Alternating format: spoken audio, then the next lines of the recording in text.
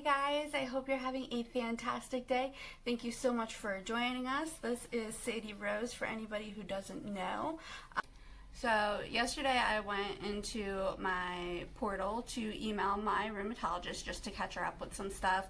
I had forgotten actually to tell her it was not stable enough for surgery, so I kind of needed to catch her up about like when surgery is and all that good stuff. But when I went in there, I realized that my CAT scan report had already come back, and of course I wanted to look at it. So there's some information that I was not expecting in the least, so it kind of just threw me through a loop a little bit, and it was just a lot to take in, just because I was kind of expecting everything like to be normal and not a big deal.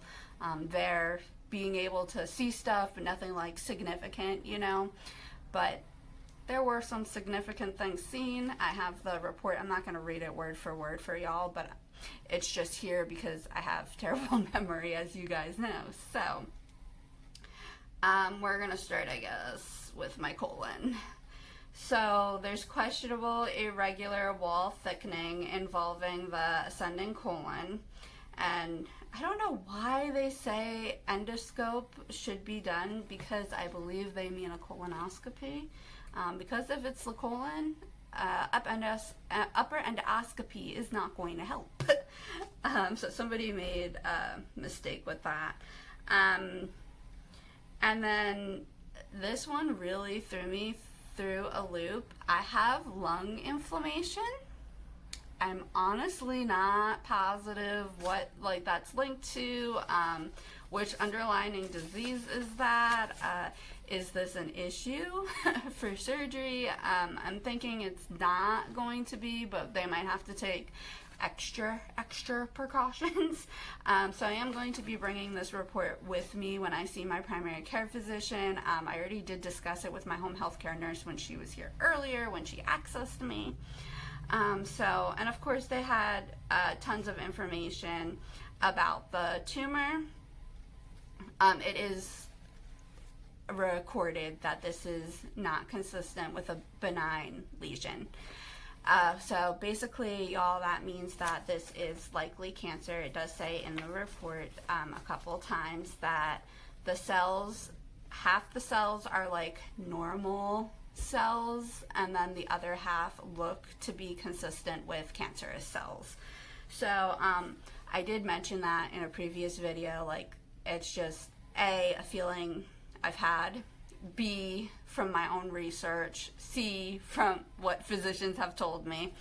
However, with all that being said, it is different. Obviously, reading it in black and white, it did kind of like hit a little bit. It's just like a little bit emotionally numb for a little while, and just felt overwhelmed and like, okay, like I need to process this and try to wrap my head around so much going on again. But it does make so much sense. I've been having so much abdominal pain, and I have been blaming literally everything like on the growth, and like that's good and bad, because obviously it does cause a lot of stuff. However, obviously it's not 150% just my issue. So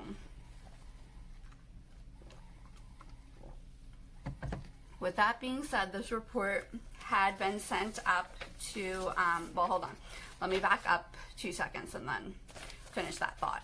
So the thing that was kind of a little bit upsetting for me when I read through the whole report is there are several organs that are not able to be seen at all. They did not get a good view of the lungs, the pancreas, I believe the spleen, the left adrenal gland they couldn't see, left kidneys were not seen, and then it's amazing like how your brain works, and like how especially with brain fog, that stuff you don't always process properly.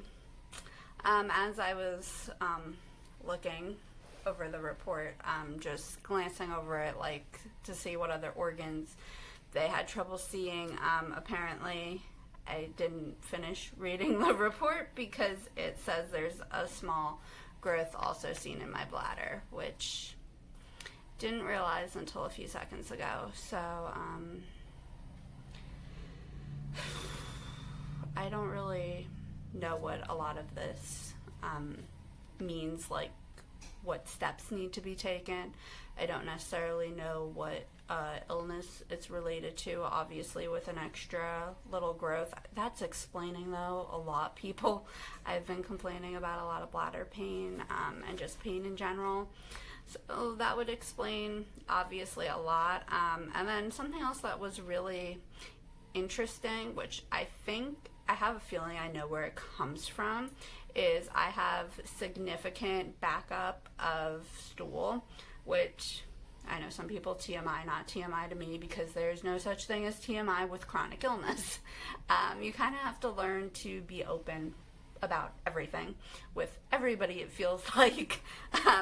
But I feel like maybe that's like the gastroparesis, and we have talked about like how I don't really have as much motility down there as we originally thought or hoped I did.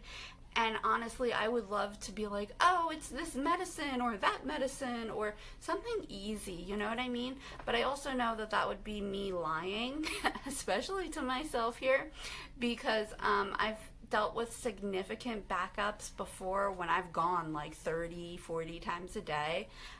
So that's definitely, you know, not a great thing, but it does make sense. So yeah, but I mean, that's really all the report says that I'm comprehending at the moment. I have not spoken with anybody on my team. This report was sent up to Albany, so I don't know who from my team has access to it, if anybody, and that's what I'm trying to find out. Obviously, I'm bringing it with me, like I said, when I see my primary care physician, but I'm trying to get in touch with rheumatology.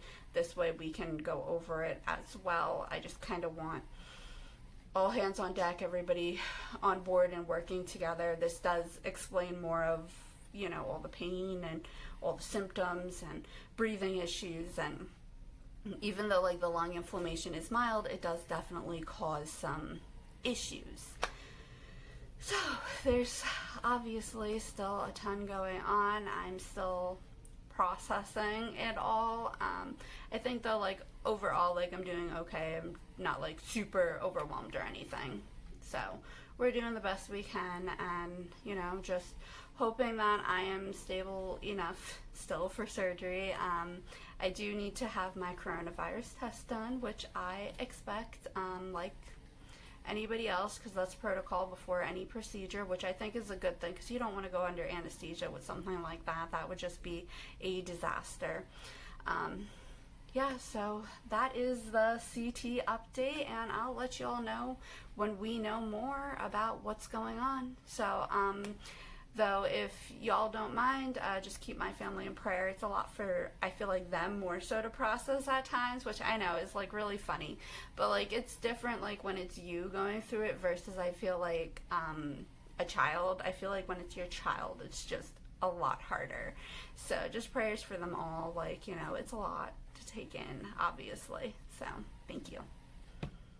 I decided to write out some notes of encouragement because it's always fun and always brightens my day when I get cards. So I figured let me bless somebody else in that really small and fun way. So that's what we're doing here. And I just had like some verses in my bullet journal that helped me to kind of get inspired. And of course you can see Sadie was watching me.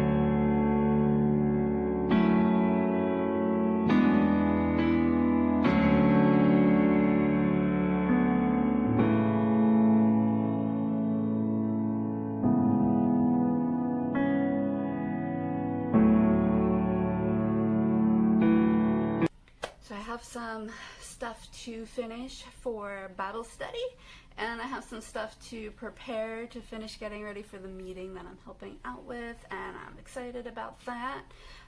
We're running the fluids. I'm going to be doing like 3 bags this week instead of 4. De-accessing early because Remicade is next Monday already.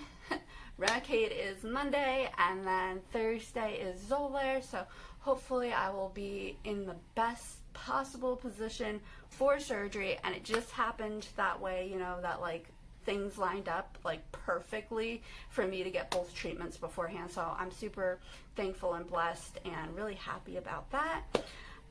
Yeah, and hopefully I will be able to get a little bit of reading done, because that's always a great thing. Helps keep me sane and like on track and feeling good emotionally, and maybe record some gratitude and maybe possibly go for a walk. I did that yesterday, so I don't know, that could be pushing it a little bit, but we'll just see what we can get done.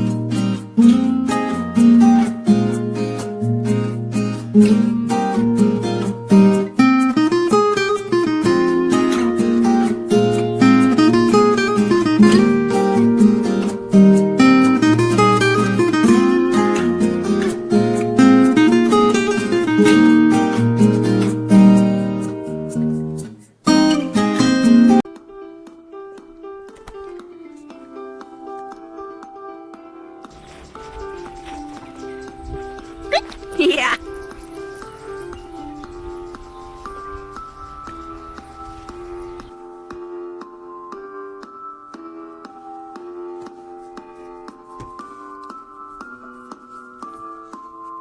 Alright guys, if you made it this far in the video, thank you so very much from the bottom of my heart for watching.